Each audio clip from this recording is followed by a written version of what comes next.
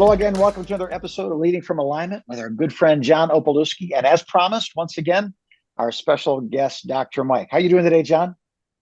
Hey, Jim, I'm doing well. I'm so pumped up for this conversation today. Yeah, If you didn't get a chance to listen to episode 229, just do it. pause this one, go back to 229 and take in our first conversation with Dr. Mike Clarensau. Mike just shared some amazing insight Yeah. with us.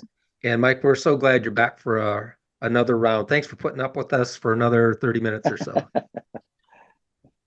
Privileged to be included in this. Very glad to be a part of things with you today. So Mike, in episode 229, you were sharing with us a little bit about from your perspective as the statistician for the Assemblies of God, um, that 80% of churches are plateaued or in decline. But you shared some hopeful things with us as well, too, that you see some recovery happening in churches. I wondered if you could just recap that thought with us, and then we'll jump into some new questions today. But I thought that was a fascinating piece of the a very encouraging piece of our Yeah. conversation. Could you share a little bit about that just in a recap form? Well, I think certainly COVID forced us down some roads that were unanticipated, and brought realities to the local church. And every pastor knows very well how difficult those days were, and it's just the challenges. And yet, the result that we are seeing pretty much across the nation in churches of all sizes is number one, greater intentionality, both from leaders as well as from people. We're seeing people really rediscover the why for their church engagement. And that's causing them to lean in a little bit more than maybe they had in the past. And so, that's a very positive reality. And we're seeing greater emphasis, as I think you mentioned, John, we're seeing greater emphasis on discipleship today because of that. And we did see particularly what we might call the fringe of the local church, diminished dramatically during COVID. We are Yeah. seeing recovery, but it's not so much getting those friends back as much as it is maybe more intentional ministries are reaching people we hadn't reached before, and we're beginning to see, Right. a strong result there. So there is good news. Churches of all sizes are recovering. We've hit the COVID rock bottom, if you will, and Hmm. have begun to rebound at various rates. Smaller churches, our smallest churches, are almost completely back. They're within 4% of Wow. where they were before Wow. COVID. Our larger churches still have a hill to climb to get back to those pre-COVID Hmm. realities. But again, the health of the church, many pastors report, resources that are available to the church have not diminished. People, the faithful folks have stayed plugged Yeah. in, and Right. it's a lot of good things happening. I really have no desire to go back to some pre-COVID realities. Yeah. I think that COVID had a way of really exposing some things that just needed to go, Mhm. that we needed to Yeah. stop doing, and should never be started again. And so I hope, that we don't go fully back that way.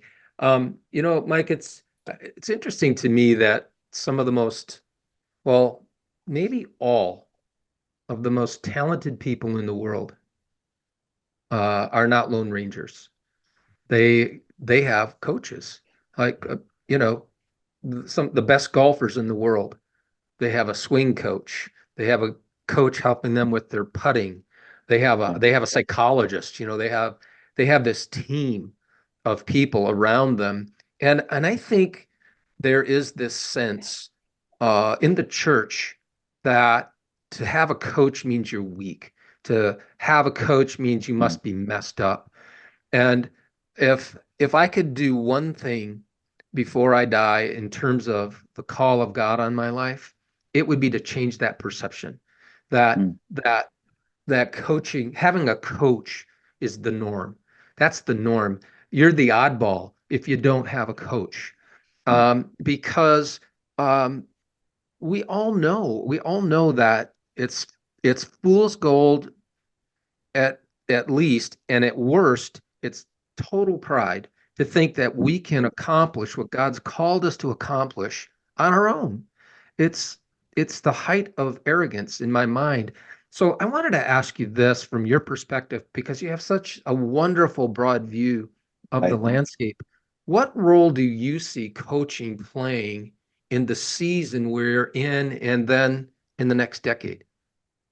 Well, I couldn't agree more with what you're talking about in the realities that often confront us in some of these areas, whether it's coaching, even counseling, other Yeah. types of resources available. I have come to kind of think that for whatever reason, we have largely bought into what I would call an Old Testament idea of leadership, that responsibility that says you're the man of God, you have to solve this. Hey, Moses, you go up the mountain, talk to God, come down, tell us what God said. That reality, which frankly was that really was eliminated with the death of Christ. The idea of God pouring his spirit out on all flesh, the sense that we are all together working together with the same opportunities to experience God's direction. That's New Testament leadership. And so Yeah. the mindset that you're referencing, not just as it affects coaching but affects everything, is just this putting this Yeah. responsibility on myself, that I have to have all the answers, I have to solve this. And frankly, even Moses got a little bit of coaching. Moses, Yeah. from his Yeah. father-in-law. His father-in-law put his finger on something that was really probably going to destroy Moses. Ultimately, is wearing him out, and really helped him. Moses still struggled with carrying too much on his shoulders. We see that. I wrote a book called "When Prophets Want to Die," the hardest lessons God will teach you, and Moses is one of the stories in there, because Yeah. Moses' failure was when he started taking responsibility for things that were greater than he could carry. And so Right. I think coaching absolutely becomes that resource, that friend, that person that comes alongside, that can help me process through my reality, but also help put their finger on something that I need to see that I'm not currently seeing. And I think that as a resource, man, every leader would greatly benefit from Yeah. that kind of support and help. And we do need to abandon this Lone Ranger mindset, Yeah. because it's not helping us be more effective. In fact, what it ends up doing is limiting our effectiveness to simply what we can do and what we can Right. see. And that boundary is devastating to our potential. I mean, there's a Yeah. supernatural potential in the body of Christ, and we're not taking advantage of that if we're simply operating, out of our own capacity. Right. When we were in Charleston, you were talking about 5% of pastors kind of create Mhm. content, another 15% are kind of early adapters to that content. They don't need to create the idea, but they're gonna jump on it when they see it. I think it was 40% could use some coaching, and another 40% kind of needs someone to walk beside them, not do it for them, but with them. And I raised my hand and said, well, isn't that basically a disc assessment? That the D's are the top whatever, and the I's are the next, and you said, I'm just curious, what's your disc assessment? And I said, I'm a D. Unless my wife is in the room, then I'm an I, because she's a D, and no room needs two D's in it at the same time. And you were very kind to me. You weren't quite sure if you knew me well enough to kind of throw the punch, but you were saying that's exactly how an I or a D would discern this. So we had a fascinating conversation about the disc assessments, D's being the dominant, I being kind of the interactive, S being the steady, C being the people that like a lot of data before they make decisions, if that's kind of a quick overview of the disc assessment. But you pointed out that there are people that are well-known, successful, if you will, pastors that are not D's and I's, they're S's and C's. And I thought, I never thought of maybe Chris Hodges, for example, probably not an I from what I hear him say, probably not a D from what I see from his leadership. He's probably an S or even a C with all the detail that he needs. And yet, Church of the Highlands is a international force for the kingdom of God. So could you speak into a little bit? Because by the time you're done talking, what everybody can be a successful pastor because they know what they are and what they're not. You don't have to be an I, you don't have to be a D. You can be who you are, and God can use that to lead a congregation. Could you kind of blow that up for the listeners? Yeah, certainly. Let me take just a quick second to really oversimplify the disc, just Yeah. so that folks understand, who we're talking about where. Certainly, I highly recommend that every individual do a disc assessment. There's so much you can learn Mhm. about yourself from that. It's beneficial, and I'm a certified disc person, and do that a lot with groups. But if you put yourself on a couple of continuums, if you say, am I more task oriented or people oriented, and you pick a side, and most of us Yeah. would know right away who we are. Yeah. Maybe you're in the middle, I get that, but pick a side. Okay. And then Yeah. if you would describe yourself on a second divide, if you would describe yourself as aggressive and that something needs to be done, and you are typically the individual who jumps up and does it and others help Yeah. you, or are you the helper? Are you the one who is willing to support, but you're not necessarily the one that immediately takes the initiative or prefers to take the initiative? And so you kind of put those two continuums Yeah. together on a quadrant thing, and you get this D character that you're talking about, you and your wife, who is Yeah. task oriented and aggressive. That they get the job done. They're strategic style leaders.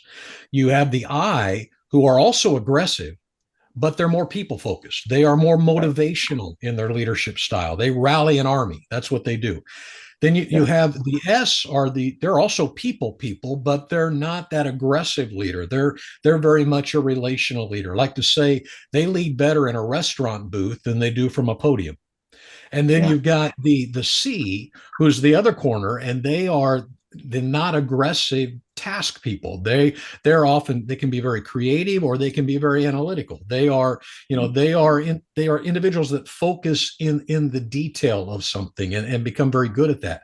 And so the crazy thing about pastoring is that all four of these natural personality styles can be effective pastors. The Yeah. disc Mhm. profile, if you're familiar with it in the main of our culture, is often used to help you decide what kind of job you should be in. So when we think about a car salesman, we immediately think of the high I, the big Yeah. personality, Yep. motivational, all that. We don't typically think about, the guy in the other corner, the bean counter, the detail guy, Yeah. probably, maybe you want to talk to them, but you're probably going to meet them when you go in the finance office, and Yeah. you talk to an accountant, and because accountants have that detail focus. And so what's interesting is there is a typical disc profile for just about every career path you might choose. But pastoring is unique in the sense that it's one of the few areas where all four, because again, we're in this thing of ministry, not because of personality bent, but because of calling. Right. And so God, Right. God calls all kinds of folks to this. And so, understanding, that reality. And I've even observed, and I won't take too much time on this, but over the last 60 to 100 years, when we say the word pastor, there's been an evolution of who we're talking about. Yep. Because if we go back to just before our time, get back into the 50s, and into the 60s, pastor was probably an S. Our idea of Mhm. pastor was the parish leader, the community Yeah. leader, kind shepherd, individual who Yeah. led relationally. And then we got into the 60s with a little bit of that chaos, and pastors started becoming more of a C, more of the moral voice. This is what's right. C's are ethical leaders. They act out of what's right. And then we got into the 80s, and the value system of the baby boomers, that bigger is better, and all that began to influence the church. And suddenly the I is center stage for pastors. So, the reality Yeah. is that I's dominated. Then we went through a time when some of that high visibility, there was a price to pay for that. And today we've seen the shifting of pastor, our main idea of pastor, sometimes shifting to that D, that strategic leader, and they Yeah. run the organization, or whatever you might say.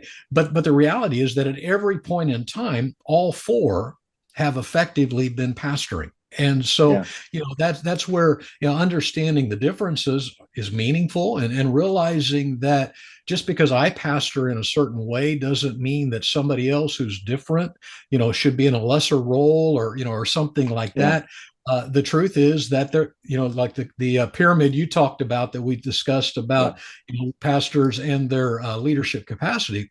there are folks at the top of that pyramid that are S's and C's. There are folks near the bottom of that pyramid that are naturally I's and D's. It's not about your ability. It's simply about your own unique nature. And I know that D's and I's tend to be naturally more likely to be vision based leaders, where S's and C's tend to be more values based in their leadership. And we obviously need both. We need vision and values. So, as we're helping churches, we are helping pastors, we want to understand where they're at and know that D or I probably needs me to help them with some patience to develop core values, because they're just ready to charge up the hill. They're ready to go. And the S or C, boy, they do things out of a heart thing. They're values driven, but they could use some help with vision. They could use some help seeing where we're going and being able to communicate that effectively to those they lead. And so yeah, that's real fast, a real quick overview. But whether you're a strategic leader, a motivational leader, a relational leader, or an ethical leader, you can be a pastor. And that's what we see. In fact, the truth is that pastors tend to follow the general percentage that 2 out of 3 people tend to be more likely S's than the other 3. And that's true of pastors. Only about 20% total of pastors and of people are D's and I's. And as you pointed out, that's because we don't need as many in the room. It can be dangerous, but That's so good. it's about I think the last number I saw was about 9% D's, 11% I's, 13% C's, and 67% S's. And that's pastors. Can I ask you a question? But now the materials, the seminars, the platform speakers, by and large, those are going to be I's and D's talking as if everybody should be an I or a D. Yeah. Is that true? Yeah. Absolutely. They're aggressive leaders. The D&I are the aggressive leaders. And often that puts them in a situation where, they're experiencing a level of success, or their aggressive style is opening doors faster. The truth of the matter is, though, S leaders, I grew up under an S leader. S leaders do deep work in the lives of people. They are relational leaders. They model self-sacrifice in such a significant way. And it's not that the others don't. It's just that's the front foot of the S leader. That's what you predominantly see, is that leader that you like them more the closer you get. And that. So definitely, these personality things, we go to conferences, and most of the people speaking are going to be D's and I's, and most of the strategies that we give to pastors were developed by D's and I's. And so, if you're struggling to implement something, in your church, well, maybe it's because this isn't the path that really fits how you lead effectively. That's right. Because we can't ask an S to become a D or an I in order to be an effective pastor. They need to be effective in their capacity.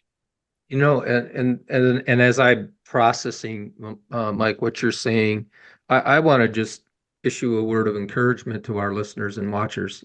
Stop comparing yourself to the guy down the road. Stop comparing yourself to the leader that has this gigantic ministry.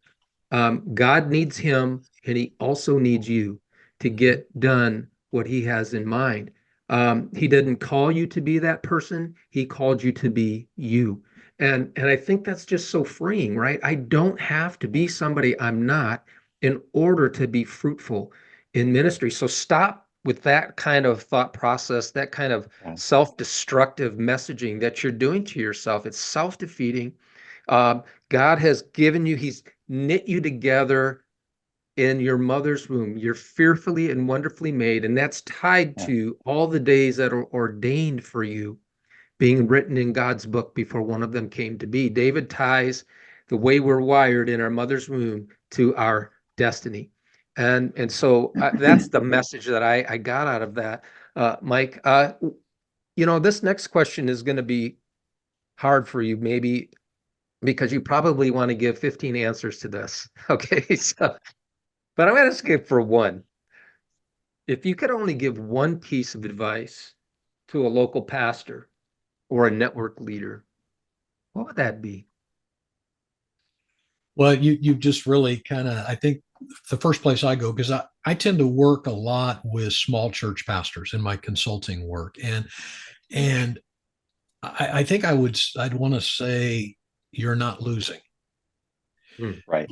I think that, we have gotten into the habit, unfortunately, of evaluating ministry effectiveness based on numerical components, based on, size and things like that. And if the numerical growth of a church is the principal measure for effectiveness, then 4 out of 5 are losing.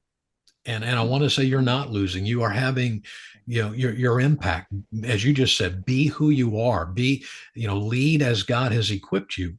Because that's what God needs. I had a friend say to me one time when I stepped into a new role of ministry. He said, "Don't try to be your predecessor, because Right. if God wanted his gifts and abilities in this role, he wouldn't have moved him on. Instead, God knows that your gifts and abilities are what is needed right now. And so certainly we want to grow and we want to, expand our capacities and do our very best with what we've been given. But don't try to be somebody else. Really focus in on how God's equipped you, because this whole business of effective pastoring, there, as you said, there are just dozens of ways to measure that. There are so many. I grew up in a church that in a city that grew from 10,000 to 500,000 over the course of 50 years, and the church never grew. And so you look at that and you say, wow, how come the church did this when town's doing this? Well, what you don't know is that church also produced nearly 100 vocational ministers during those 50 years.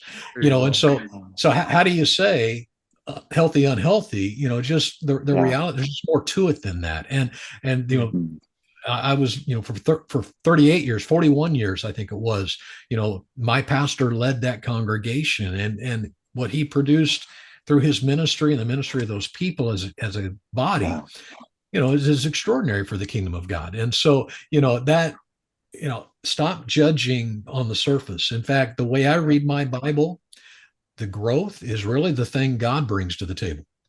Yes. Right. If you take a look at Acts It says chapter that in 2, my version too. well, that last paragraph of Acts 2, talks about they did this, they did this, Right. they did this, they did this, all the things the early church did that we still do to this day.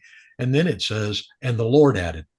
Right. And the Lord added, God did one thing in the paragraph and they did everything else. And really, I've come to believe that the growth of the early church was perhaps the most supernatural thing that occurred among them, because there was really no other reason why they would have grown except the activity of God. And so, trusting God with that he's called you, as you just kind of alluded to, John, trusting God that he's called you to be the best version of you that you can bring to the table. Yeah. And Mike, if it's okay, I'd like to just add this to the thought here is that I think this effectiveness piece is we give it such a short time window. And I don't know if we know we're effective until years and years and years and years after. I was a youth pastor for 6 years at a large church here in Michigan. And it was, in the moment, um, you would by all means call it a successful youth group, almost 200 kids in this youth group. But about, let's see, how many years was it? 15 years after I left there to be a lead pastor, they had us back at this church. And 15 years later, there's over 100 kids there with their families. And I see these 100 kids worshiping and their kids worshiping with them. And I thought we were successful. Right. But I didn't know that until 15 years later. Like, that's to me the success piece is like, I don't think you can tell in the moment as much as you look down the road 15 years and you still see people walking with Jesus. Now their kids are walking with Jesus. Okay, that's effectiveness. And so I wanted to just throw that out there. I 100% agree. I think it's a little bit like trying to understand a movie from a photograph of one scene. It's just, you don't have that picture. In fact, as a pastor, I learned oftentimes that the immediate results were often less trustworthy than the enduring, as far as what really was going on, than that would endure. And, so 100% concur with what and that's John true was both saying. ways, isn't it? That's, the big thing. It's really great. You find out later on, it really didn't last, or it wasn't that great. And you found out you really made a change in people's lives, but you don't know until, yeah. So speaking of the next generation, one of the things we've been talking about recently and kind of dealing with here locally is there seems to be Yeah, a gallon of milk costs more, a car costs more, a house costs more. A lot of vocational ministers, a lot of our youth group kids go off to college and they come back and they're pastors and they're church planners. There's a real lack of this next generation stepping in. And as we kind of probe that, we found out for a lot of good reasons. They're the cost of something, the respect versus suspect in culture, I don't necessarily believe this one thing. And if you don't believe this one thing, you can't be one of us. Just I'm not sure our generation is doing the greatest job engaging the next generation of leaders, or something shifting, and we're the ones that are upset that they're changing the color of the wallpaper. It's our turn to be the ones that don't want to change. From your perspective, what can I do? What can John do? What can pastors listening right now do to help the next generation of pastors find that place of ministry when we're gone? Again, talking about fruit that lasts. When we're gone, if our churches turn into restaurants because there was no leadership, that's on us. That's not their fault. We didn't open a door. We didn't motivate. We didn't discipline. We didn't love. So what do you see as something meaningful that this generation can do to reach the next, as far as clergy goes? Yeah, I don't want it's a great question. I don't want my answer to sound trite or too simplistic, but I really think it's on us to walk with them.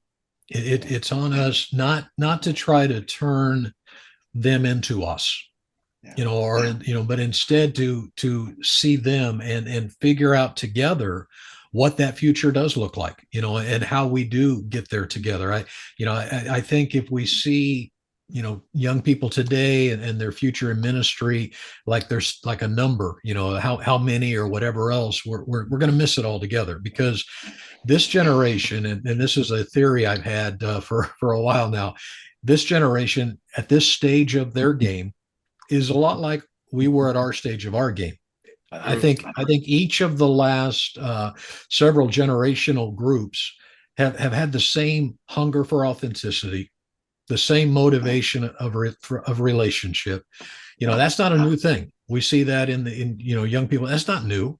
When we were that age, we were hungry for authenticity. We were motivated by relationship. What does happen over time is a generation gives up on all that and simply tries to acclimate to the reality that's already there. And I don't want to call it selling out, but we give up on that, and on that thing. And today these young people are very driven, as you know, by relationship, by authenticity, by transparency, getting close. We need to walk that road with them, one, so that we help them find the destination, but two, so that we help them hold on to those values, because those are good values for the future of the church. We don't want them to give up on that. Right. We don't want them to simply chase mega influence or whatever else. We want them to be who they're made to be. And I think that only happens as we learn by walking with them and actually learning from them how their world looks so different than ours. The number one answer I get when I ask the question, I'm the church planning director for our fellowship in this area. And I say, he's been a youth pastor. He's starting to kind of age out of that. Something's next, or she wants to move on to the next thing. And they're considering church planning. And I ask the question, so what, as you close your eyes and you see your congregation in the future, you see the people you're leading, is it suburban, rural, urban? Give me the feel of it. And the number one answer recently has been, I don't know, but I know it's not the church I just quit. I know it's not your church. I know it's not. I envision couches, not pews or chairs. I envision relationship, not oratory. I envision just everything you just said. And I think that's good for our listeners to hear, that being gatekeepers of the sacred fellowship is not what this generation needs. It needs fathers and mothers that believe in sons and daughters. Well, and Jim, if I could just mention something from my teaching world. I for a time I was teaching a class on the church, and one of the activities in the course, I had students engage one of those so-called gift assessments. And I'm not a major fan of those tools. I won't get into that, but I wanted them to engage that, and they were to write me a paper about it. And so I had one that they did, and a number of students, the little assessment would include, among the things that they perhaps had capacity for, was the idea of pastor. And pastor or shepherd or whatever, pastoring. And they would write the paper, and so often this horrified me. So often they would write and they would say, this thing said pastor, but That's not what I want. That's not what I want. I just want to love and disciple people. I don't want to be a pastor. And I'm thinking, No. what do they think pastor is? And yet, I would Yeah. talk with the students, and their perception in this generation Yeah. was pastor was face of the franchise, or was the was this administrative leader or whatever it was, running whatever. And those, I'm not questioning the legitimacy of those efforts or of that Yeah. ministry, but just how these kids were missing the true nature of pastoring, because as you said, what they're engaging in this stage doesn't fit the heart that God is forming within them. Right. That's so Wow. good. I've been thinking about, Jim and I have been thinking, Mike, about this whole area of the talent. We call it the talent pool getting shallower.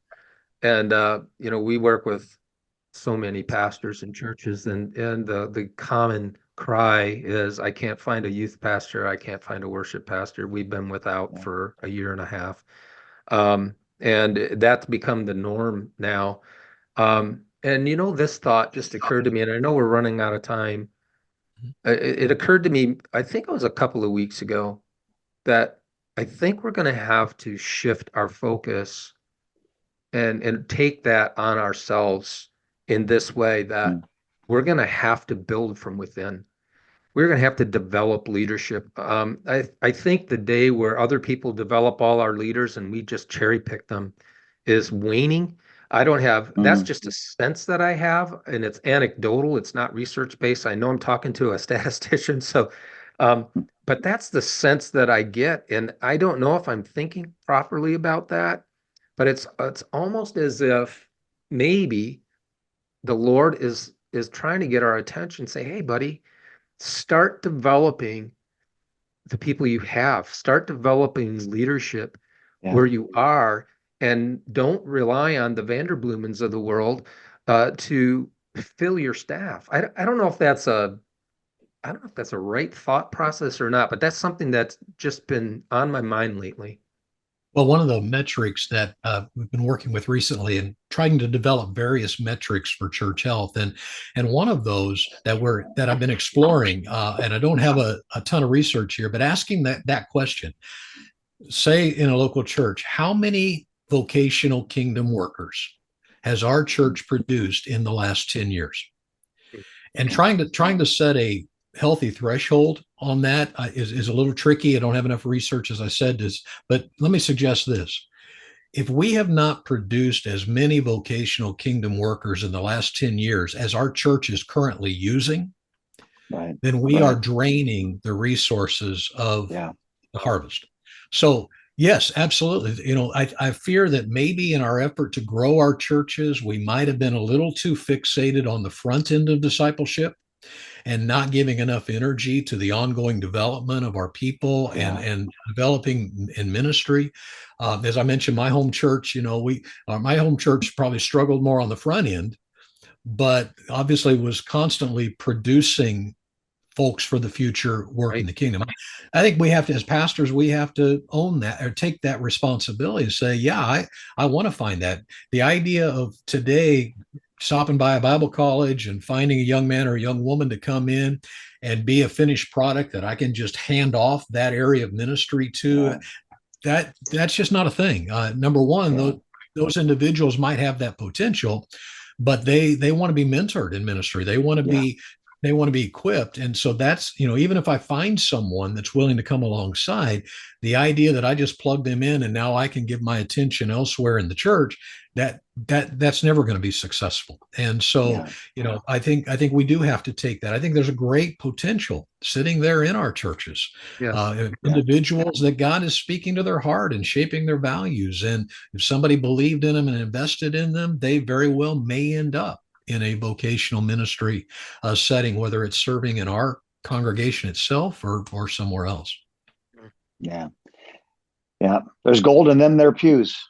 And so, boy, we are like overtime. We got to land the plane.